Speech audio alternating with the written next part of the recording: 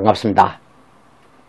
역학과 리더십 인상을 통한 킹메이커 진이정입니다. 오늘은 지난번 특집에서 예고한 대로 일본의 아베 수상과 중국의 시진핑 주석에 대한 무형론적 관상평을 하도록 하겠습니다.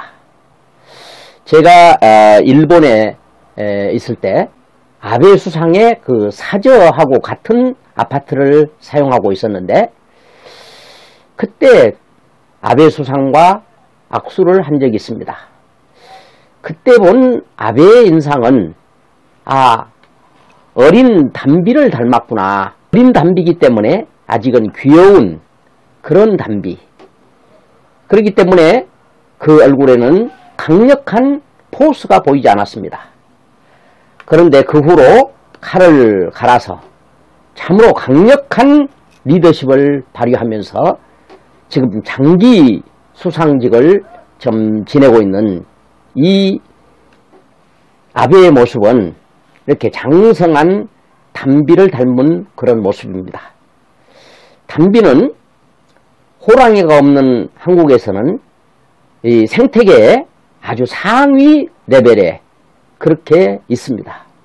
족제비과에 속하는 그 오소리하고도 닮은 그런 동물이지만, 이 담비는 특성이 한꺼번에 확 공격하는 것이 아니고 집요하게 이렇게 집중적으로 계속적인 공격을 통해서 상대를 무너뜨리고 상대를 결국은 잡아먹는 그러한 특성을 가지고 있어서 이 담비는 자기보다 훨씬 더 덩치가 큰 동물들을 잡아먹는, 또 포식성 동물인 고양이를 잡아먹을 정도로 아주 그 공격성이 강한 그런 동물입니다.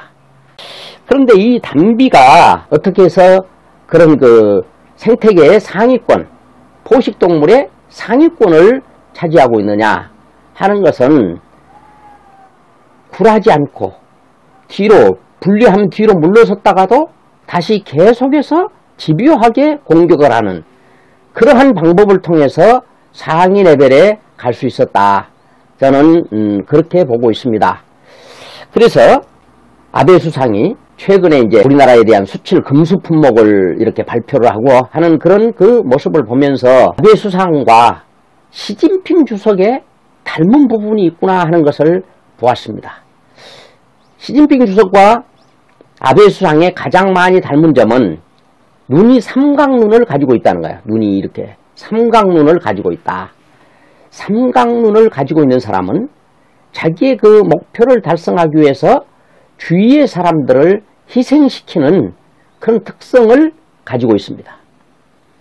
그렇기 때문에 자기의 자기 편, 자기의 아군, 자기의 국민을 먼저 희생시키는 그런 전략을 통해서라도 자기의 목표를 달성하려고 한다. 적을 무너뜨리기도 하지만은 자기의 그 목표를 달성하려고 한다 하는 것을 우리가 볼 수가 있습니다. 그렇기 때문에 이번에 그런 그 휴대폰 주요 품목에 대한 수출 규제를 하면 누가 먼저 타격을 입게 되느냐면은 자국의 회사들이 먼저 타격을 입게 됩니다. 자국의 회사들을 타격을 주고 손해를 주면서라도 이것을 강행하는 것은 이번 그 참여연 선거에 승리하기 위한 그러한 포석이 거기에 있다고 볼 수가 있습니다. 그러니까 참여연 선거에 승리하기 위해서는 겉으로 볼 때는 한국을 공격하는 것이지만 내용적으로는 자국의 회사를 먼저 희생시키는 것이거든요. 이 전형적인 그런 모습입니다. 시진핑도 역시 삼각눈의 모습을 봤을 때 본인의 그 어떤 정치적 목적이라든가 어떤 그 자기의 그 목표 달성을 위해서는 자국민도 희생시킬 수 있는 인물이구나 하는 것을 저는 보게 됩니다. 그럼 시진핑은 무엇을 닮았느냐? 저는 그 곰을 닮았다고 보고 있습니다. 곰이라는 동물, 이건 참 포식성이고 대단하지만 우리가 그 곰을 만났을 때 눈을 마주치지 않고 죽은 듯이 가만히 엎드려 있으면 그냥 지나간다 하는 말들을 우리가 듣고 있습니다. 실제로 그렇다고 합니다.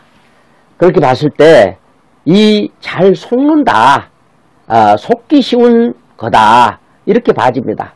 그래서 시진핑 주석은 트럼프 대통령에도 트럼프 대통령의 그 꾀에 또는 최근 그 김정은을 방문했지만 김정은의 그 꾀에 이렇게 조금 속는 면이 있지 않았겠느냐 하는 것을 느끼게 됩니다. 그렇지만 이렇게 아까 얘기한 대로 이 시진핑 주석도 삼각눈을 가지고 있기 때문에 본인의 그 목표 달성을 위해서는 대단히 어떤 그 자국민의 희생을 통해서라도 목표를 달성하려고 한다. 자기 목적을 이루려고 한다 하는 특성을 가지고 있다고 저는 보는 것입니다. 시진핑 주석과 아베 수상의 또 닮은 점이 하나 있다면 이마들이 좁다. 시진핑 주석은 이마가 이렇게 낮지요. 그 다음에 아베 수상은 이마가 이렇게 좁다 이렇게 볼 수가 있습니다. 이건 무엇을 의미하느냐 하면은 생각하는 에어리어가 좁다는 것입니다. 이런 이마를 가지고 있기 때문에 어떤 그 리더십이라든가 어떤 정치적인 그런 목표가 멀리 내다보지 못하는 거 아닌가 싶습니다. 먼 장래를 내다본다면은 지금과 같은 그런 처세를 할 수가 없죠. 먼 장래를 내다본다면 한일 관계가 뭔가 원만한 그런 관계로 가게 될 수밖에 없고, 그렇게 됐을 경우는 이번에 하는 그러한 그 정치적인 그런 선택은 부끄러운 결과를 가져올 수도 있다. 이렇게 봐집니다. 또 우리 시진핑 주석도 먼 장래를 내다본다면은 그 동북 공정과 같은 그러한 정책을 통해서 역사를 왜곡하는 그런 일을 하지 않을 거라고 생각을 합니다.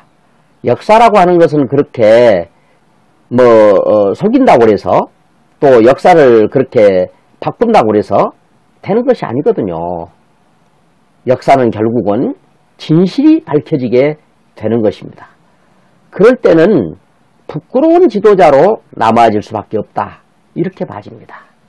그래서 이마가 좁다고 하는 것은 무엇을 의미하느냐? 본인이 다스리고 있는 참 그 에어리어 반경이 좁다. 다시 말해서 일본의 아베 수상은 일본이라는 나라를 넘어서지 못한다. 또 시진핑 주석도 중국이 엄청나게 광대한 그런 땅을 가지고 있습니다만은 중국이라고 하는 그런 에어리어를 넘지 못한다. 그래서 지금은 글로벌 시대, 세계가 하나 되는 그런 시대에 세계를 리드하고 세계를 하나 만들 수 있고 자국민의 이익만 위한 것이 아니고 세계 전 인류를 위한 그러한 참 큰 리더십을 발휘할 수 있는 그런 인재들이 나와야 되지 않나, 저는 그렇게 생각합니다. 그런 인재는 어떤 인재가 돼야 되냐면은 이마가 위로도 높고 옆으로도 넓어가지고 정말 세계를 전부 이마에 이렇게 담을 수 있는 그런 인재가 나와야 된다. 그렇게 저는 봅니다. 또 앞으로 그런 인재는 어떤 인물이 나와야 되느냐 하는 그런 부분에 대해서는 다음 기회에 또 특집으로 한번 강의를 하도록 하겠습니다. 오늘은 여기까지 하겠습니다. 감사합니다.